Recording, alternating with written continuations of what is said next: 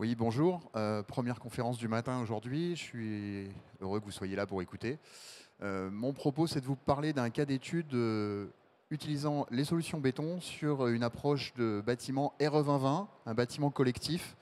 Donc en une vingtaine de minutes, l'objectif, c'est de vous présenter la démarche, ce qui a été accompli, d'avoir une approche très ouvrage, évidemment, de voir comment on parvient à répondre à ces seuils 2025, quel est un peu le type de parcours, et puis en dernière partie, je vous invite à rester, on va regarder un petit peu combien ça coûte d'économiser le carbone.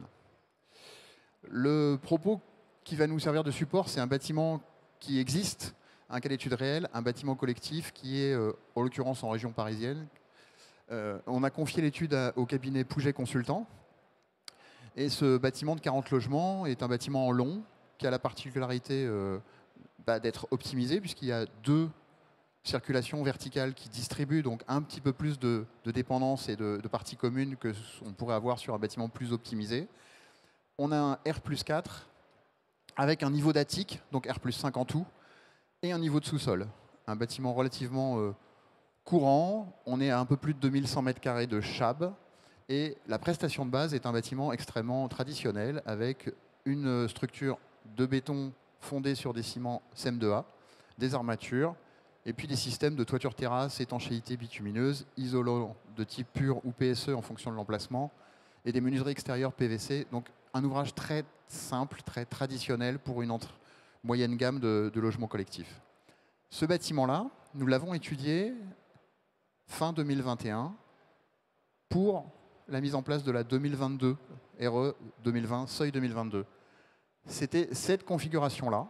Alors pour ceux qui sont moins familiers peut-être de la pratique des calculs, les calculs RE20, ça se découpe en 13 lots conventionnels qui sont représentés à l'écran.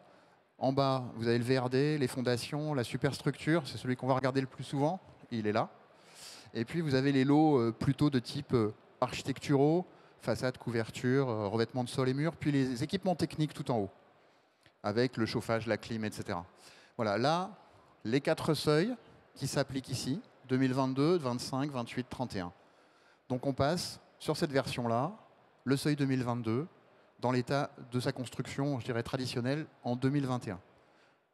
Si je reprends le même bâtiment, je ne change rien, et que je le recalcule aujourd'hui, il se passe quoi? C'est déjà une bonne question. Je ne suis pas sûr que beaucoup sachent répondre à cette question. Eh bien, ça passe pas. Le même. On n'a rien changé, on a juste recalculé le même en fin d'année dernière. Pourquoi? Parce que les données environnementales ont changé. Et il y a beaucoup de données par défaut qui sont venues remplacer des fiches de déclaration environnementale collective qui pouvaient exister auparavant et qui petit à petit perdent, au bout de 5 ans, leur durée de vie, perdent en validité. Donc on les remplace en attendant de nouvelles fiches de déclaration environnementale par des données par défaut beaucoup plus pénalisantes. Aujourd'hui, c'est ce qui s'est passé sur ce calcul, en particulier sur ces 3 postes-là qui ont beaucoup chargé le calcul et transformé le bâtiment. Alors comment on le transforme? Parce que nous, on a quand même un bâtiment à construire. Bah, la première des choses qu'on peut faire, c'est déjà d'aller chercher des FDES individuelles, mais très courantes, très représentatives des pratiques. Typiquement, on l'a fait sur toutes celles que vous avez à l'écran. Il y aura une vidéo, si vous avez besoin de relire tout ça, nous on a un stand, vous viendrez nous voir, il n'y a pas de souci. Mais en travaillant sur les autres lots, avec des choses très courantes, utilisant ici voilà, du Soprema par exemple pour cette couche drainante, ou bien le configurateur des menuiseries bois, puisqu'il y avait DEB qui était disponible pour un certain nombre de menuiseries sur cette façade, ou d'autres ici qui sont cités explicitement. On remplace ces produits de type courant, et on obtient un bâtiment amélioré rapidement, qui passe cette fois-ci assez rapidement le seuil 2022, ça va mieux, mais on n'est pas au 2025, et pour arriver au 2025, il nous manque 51 kg de CO2 au mètre carré. Donc ce que je vais vous montrer maintenant, c'est comment les 51 kg, je peux aller les chercher avec les solutions béton, qui ici n'ont pas changé. La première des choses, c'est d'utiliser de la panoplie des ciments. Notre ciment de base, c'est un CEM2A, très courant, et on a travaillé les variations avec 2 autres types de ciments pour faire notre mètre cube de béton, le CEM3A et le CEM3B. Ici, quand vous les prenez de façon très isolée, en quantité de matériaux, sur 1 mètre cube, vous voyez ici les différences entre les différences de classe d'exposition, si on est en intérieur ou en extérieur. Notre béton va un petit peu évoluer juste en changeant le ciment. Ça, c'est l'approche très théorique. On n'est pas dans l'ouvrage, et l'aéro 2020, c'est de l'ouvrage, ce n'est pas du produit. Donc on va regarder ce que ça donne. Et pour faire ça, on a simulé, en faisant évoluer d'une part la composition avec nos ciments, soit seulement sur les dalles du bâtiment, dans la zone superstructure, d'accord, le lot qu'on avait depuis le départ, soit la totalité de la superstructure qui passe en CEM3A ou en CEM3B. Donc 4 positions différentes. Et on voit qu'avec le premier CEM3A uniquement sur les planchers, on va déjà gagner 24 kg CO2 par mètre carré, donc à peu près la moitié de notre objectif. CEM3B un peu mieux, moins 36 kg. Et puis si on remplace la totalité de la superstructure avec ces ciments-là, on peut atteindre moins 41 ou moins 51, donc plus ou moins 10 kg autour de notre objectif. On a juste fait un travail de substitution dans cette approche. On voit ici toute la différence et on a travaillé que sur ce lot 3. À chaque fois, notre bâtiment de référence, c'est celui à 713, celui qu'on a amélioré tout à l'heure avec des fiches individuelles très représentatives. On a d'autres possibilités de travailler, c'est de substituer les éléments, les améliorer. Alors c'est la sobriété. Pourquoi faire un refend intérieur de 20 cm quand 18 fonctionne mécaniquement et acoustiquement? Parce que c'est l'habitude. Bah ouais, mais non, ça suffit pas.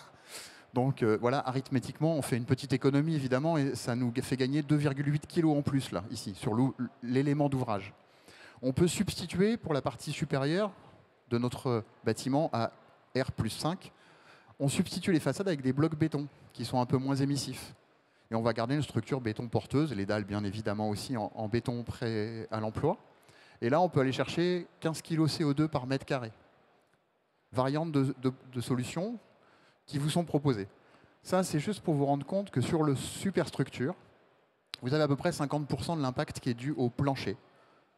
D'accord? Et quand on y ajoute les éléments de façade et de refend, vous êtes à 85-90% environ sur un bâtiment collectif de l'impact en superstructure avec des solutions béton. Donc on sait sur quoi il faut travailler. Et évidemment, le plancher reste la cible numéro 1. Mais on peut travailler aussi sur l'alternance de matériaux de façade et de la mixité. Ici, typiquement, on est parti sur une variante avec un poteau-poutre béton en superstructure. Et puis, on va faire du remplissage de façade avec des façades bois. Et sur ces façades bois, on va varianter même le parement extérieur avec du Stovantec, avec un bardage acier ou même avec un bardage bois. Et on voit évidemment que là, vous avez encore une large diversité de résultats qui sont obtenus avec cette variation, où on peut gagner 15 kg en remplaçant ces façades rue et façade arrière, en remplaçant ici avec du bardage acier avec moins 29 kg, et même évidemment le bardage bois avec moins 54 kg.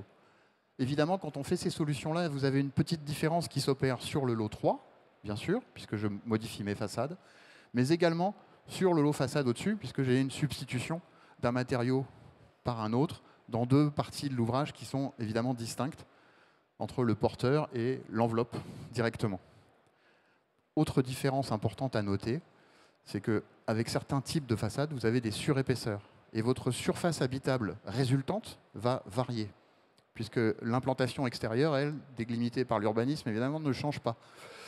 Donc ici, dans ces solutions-là, on perd à peu près 14 mètres carrés de chab disponible, ce qui, pour un mètre d'ouvrage, est 14 mètres carrés de moins vendus.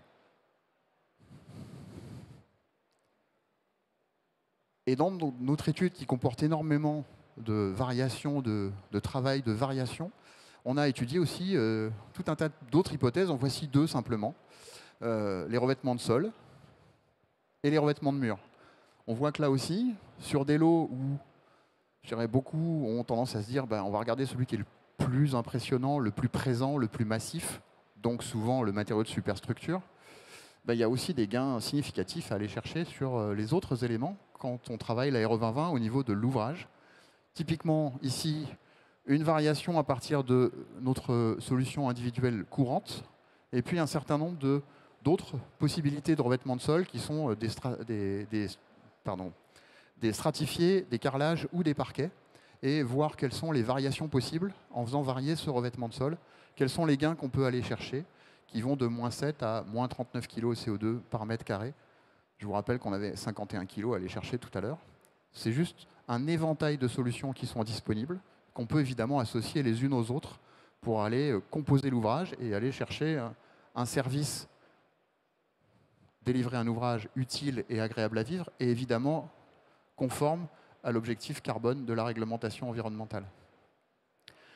La même chose existe évidemment sur des solutions peinture avec d'autres procédés qui sont également disponibles. Tout ça, ce sont des FDS qui sont disponibles sur la base IGNIS, qui délivre les FDES collectifs ou individuels, et avec lesquels on peut aisément travailler et aller chercher l'ensemble de ces solutions. Ce qui est intéressant, c'est à la fin combien ça coûte. Là, on va s'arrêter un petit peu, prendre un peu le temps. Ça, c'est uniquement sur le gros œuvre, la liste de tout ce qu'on a fait varier. Vous en avez vu un aperçu. On avait la variation des épaisseurs de refend ici, que vous avez vu tout à l'heure. Vous avez vu les blocs béton qu'on a substitués dans les façades tout à l'heure. Il y a aussi des études où on a fait varier avec des briques. Nos solutions de murs ossature bois avec les 3 variations de parement. Il y a même des solutions toutes CLT. Nos dalles, vous savez, qu'on a fait varier uniquement en CM3, CM3B ou la totalité de la superstructure. Et puis même une variation dalle bois-béton qu'on a calculée. Ces différentes solutions vont vous apporter un gain carbone au mètre carré qui est ici. Et dans la photographie économique, alors ce n'est pas valeur d'évangile, mais c'est une solution basée sur une étude économiste. Voilà, c'est une photographie, hein, on est d'accord. Là, ici, il y a une différence de coût de ces différentes solutions par rapport à la base. Ça peut être une économie, c'est logique. Ici, on a réduit les épaisseurs de refend, donc ça coûte un petit peu moins cher. Ça peut être, ou à l'inverse, évidemment, une plus-value. Et l'idée, c'est de montrer ici le kilo équivalent CO2 qu'on a économisé, ou éventuellement qu'on a ajouté, ce qui n'est pas l'objectif. Ça vous coûte combien au mètre carré? Là, vous avez des résultats de l'euro investi pour économiser, en général, du kilo CO2.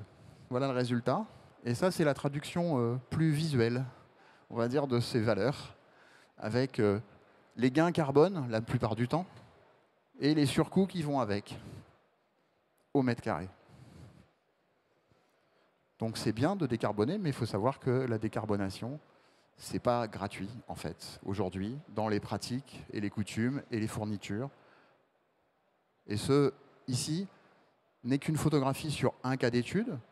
Il est très possible qu'on me dise qu'il y a d'autres cas beaucoup plus favorables. La question, c'est quelle est la tendance en général? Et la tendance en général, elle est quand même beaucoup plus proche de ça, manifestement, d'après les retours d'expérience qu'on peut recueillir. Ça, c'est pour le gros œuvre.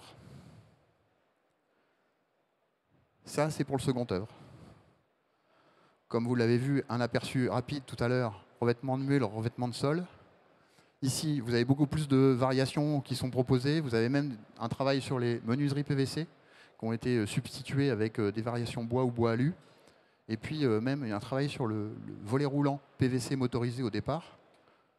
Soit on le transforme en manuel, soit on le transforme en volet battant bois hyper tradi. Et qu'est-ce que ça induit? À la fois, donc, de la même façon, comme gain carbone, comme différence de prix au mètre carré, et quel est le ratio finalement entre cette économie en kilo CO2 et le surcoût ou l'épargne que vous avez pu réaliser.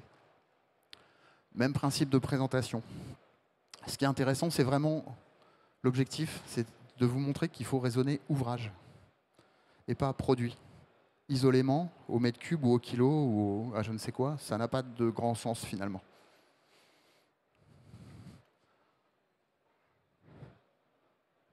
Pour terminer ma présentation, c'est vous montrer en quoi on progresse pour vous proposer à tous les professionnels des solutions ciment et béton qui soient performantes. Aujourd'hui, il y a un engagement très précis, officiel, de l'ensemble de l'industrie cimentière française, qui est de réduire de 50% les émissions de gaz à effet de serre de l'activité en 2030. Cette réduction, elle s'effectue par rapport à la valeur de 2015. Je l'insiste sur cette précision parce que des moins X%, vous allez en trouver de toutes les couleurs si vous tapez sur votre moteur de recherche favori, de tous les métiers. Sauf que vous savez rarement par rapport à quoi ils ont progressé. Certains, ils font moins 40%. Super. Par rapport à 1990. Moins super déjà. Là, ce n'est pas le cas. Cet engagement-là, il se repose sur 3 leviers traditionnels qui se déploient qui sont en cours de déploiement, qui sont parfois déjà déployés, ça dépend des sites, où on va améliorer l'efficacité énergétique des sites de production. On va utiliser de plus en plus de combustibles fossiles, on va remplacer les combustibles fossiles et utiliser des combustibles solides de récupération. Pour une large part, ce sont des déchets issus d'autres activités qui, s'ils n'étaient pas dirigés vers les cimenteries, finiraient en déchets ultimes. Donc, il y a presque là une valorisation énergie, évidemment, mais une valorisation matière aussi. Il y a la gestion de la teneur en clinker. Le clinker, c'est le composant de base du ciment traditionnel historique, le ciment Portland. C'est le CEM1, c'est celui qui est là, qui est effectivement le plus émissif, mais qui n'est pas le plus utilisé aujourd'hui sur le marché français. On est plus sur des utilisations volume autour des CM2A, qui ont déjà moins de clinker et un autre composant. Ici, vous avez toute une panoplie, l'objet de normes, parfaitement cadrées, qui sont évidemment compatibles avec les bétons ensuite. Toutes ces solutions-là, quand vous transformez ces ciments en mètres cubes de béton, ça vous confère évidemment des valeurs de résistance mécanique équivalentes. On parle de choses qui permettent de construire, hein, on est clair là-dessus. Et vous avez toute une composition jusqu'à des ciments qui comportent pas mal de laitiers, qui sont beaucoup moins émissifs. Quand on pondère tous ces types de ciments avec les volumes, en mars 2024, ici, vous avez une valeur moyenne de 611 kg CO2 pour l'ensemble des ciments qui sont diffusés sur le territoire français. Et puis, il y a un autre levier d'innovation qui se déploie de façon progressive, qui demande beaucoup d'essais technologiques, beaucoup de R&D, de validation. On est quand même sur des échelles industrielles avec des engagements très importants. Et là, on va être sur du captage de CO2 en vue de le stocker et ou peut-être de le valoriser. Il y a plusieurs hypothèses encore en cours de travail. Ces ciments-là sont en progression constante et l'offre de ciment va évoluer. L'objectif, c'est évidemment d'utiliser moins ceux qui étaient à gauche du graphique et d'aller chercher ceux qui sont les moins émissifs.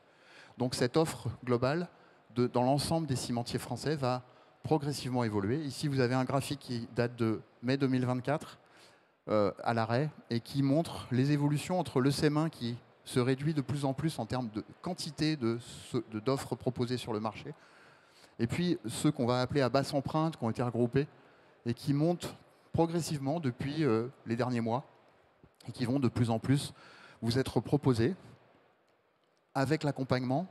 Quelles sont les transformations dans mon métier ? Que je sois concepteur, que je sois maître d'ouvrage, que je sois BE structure ou équivalent d'autres spécialités, et surtout, j'ai envie de dire, que je sois constructeur. Dans mes métiers, qu'est-ce que ça change? Donc là, on travaille aussi à l'accompagnement de qu'est-ce que ça change, si ça change quelque chose. Il y a des outils gratuits disponibles pour trouver les valeurs environnementales et aider à vous repérer.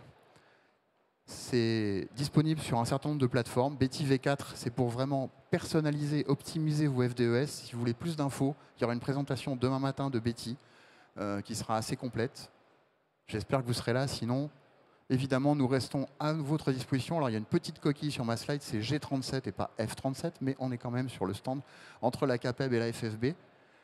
Vous pouvez aussi scanner et venir prendre contact avec nous. On est là pour compléter, préciser les infos. Un petit support qui vient d'être créé, qui est disponible sur notre stand. Si on vous dit que le béton bas carbone, il y a plein de questions derrière. Par exemple, il est de couleur bizarre.